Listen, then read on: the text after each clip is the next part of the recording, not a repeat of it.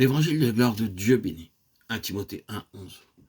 L'évangile de votre salut, Éphésiens 13. Le mystère de l'évangile, Éphésiens 6, 19.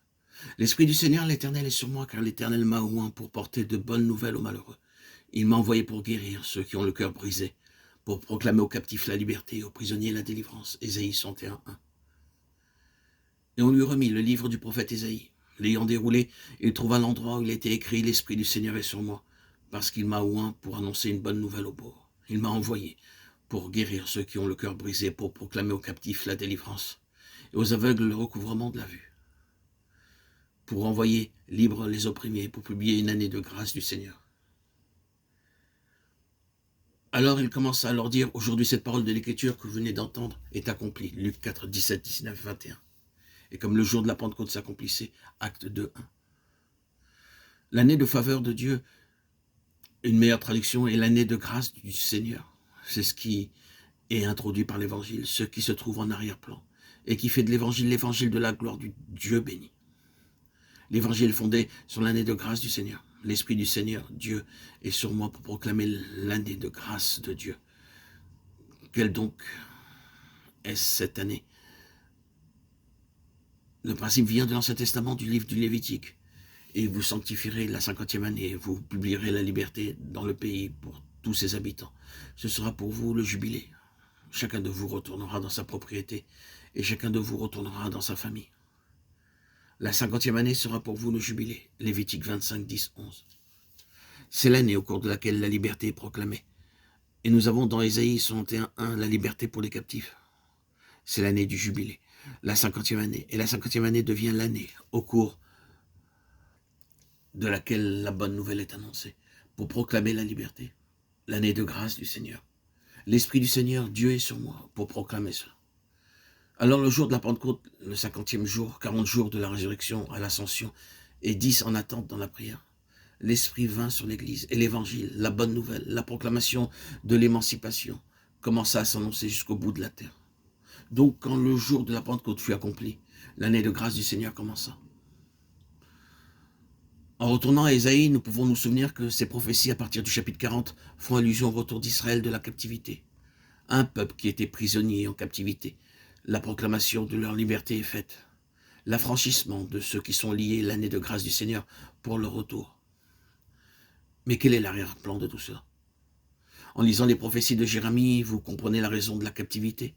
Il est déclaré que le pays devait avoir du repos durant 70 années pour accomplir le sabbat du Seigneur. Le peuple avait brisé la loi du sabbat, pas seulement le sabbat hebdomadaire, mais les 70 semaines de mois et d'années. Le pays n'avait pas eu son repos. Les captifs, les esclaves n'avaient pas eu leur repos, leur libération.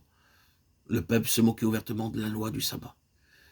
Ésaïe 58 dit qu'ils avaient tourné son jour saint en un jour férié pour en faire un jour pour leur propre plaisir. Ils brisaient la loi du sabbat. À cause de sa signification, cela ne pouvait pas être fait en toute impunité. Et ils sont donc allés en captivité durant 70 années. 10 fois 10, 10 fois 7. 10 est le nombre de la responsabilité, 7 est le nombre de l'accomplissement spirituel. Ils étaient tenus responsables devant Dieu pour cette affaire. Jérémie leur rappelle cela bon nombre de fois et sous la conduite du Seigneur, il leur a déclaré qu'ils devaient passer par ces 70 années de captivité. Après cette période, à la fin du livre des Chroniques, vous avez ces mots. La première année de Cyrus, roi de Perse, afin que s'accomplisse la parole de l'Éternel prononcée par la bouche de Jérémie. L'Éternel réveilla l'esprit de Cyrus, roi de Perse, qui fit faire de vives voix et par écrit cette publication dans tout son royaume. De Chroniques 36, 22. L'année de grâce du Seigneur est arrivée et ils sont revenus de la captivité. Il y a l'histoire, il y a le symbolisme, mais vous ne pouvez pas dire pour autant que le but de Dieu soit atteint quand vous parvenez à la période de Luc 4 ou à d'Acte 2. En dehors du domaine historique, cela a servi à son dessein comme étant l'illustration de la jalousie de Dieu pour ses témoignages, ses ordonnances et ses sabbats. Israël est le grand exemple de la jalousie de Dieu, mais aussi de sa grâce.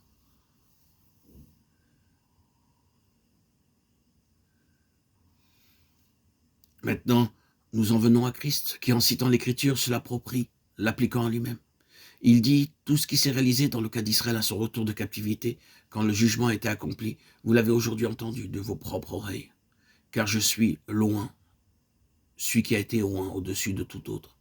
Et le dessein même de mon onction est de proclamer sur la base du jugement accompli la liberté pour les captifs. Il était passé par le Jourdain. C'est le 4e chapitre de Luc. Le jugement de façon symbolique a été placé sur lui. Et il est allé tout au fond de la mort, sous l'accablant tourbillon de la colère de Dieu. Le jugement s'est accompli. C'est pourquoi il vient et déclare, l'Esprit du Seigneur est sur moi, pour proclamer la liberté, l'année de grâce du Seigneur. C'est l'évangile de la gloire du Dieu satisfait, le Dieu béni. Aujourd'hui, nous pouvons comprendre la signification de ce jour de la Pentecôte, jour dans lequel nous vivons, car ce n'est pas un jour de 12 ou de 24 heures, mais une dispensation.